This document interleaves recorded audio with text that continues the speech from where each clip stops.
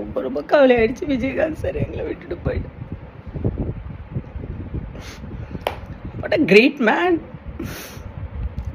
ரொம்ப ரொம்ப ரொம்ப கிரேட் மேன். நிறைய படம் நான் பண்ணியிருக்கேன். Miss you sir. என்னோட குழந்தைக்கு அவர் தான் வந்து பேர் வச்சார். நல்ல மனிதர் சொல்கிறது எல்லாரையும் நல்லா பாதுகாப்பாக இருப்பார்.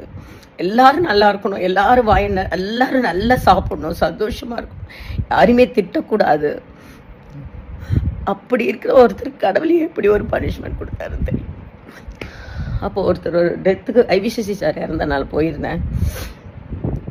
போயிருக்கும் போதும் அவர் எனக்கு நேராக வந்தார்.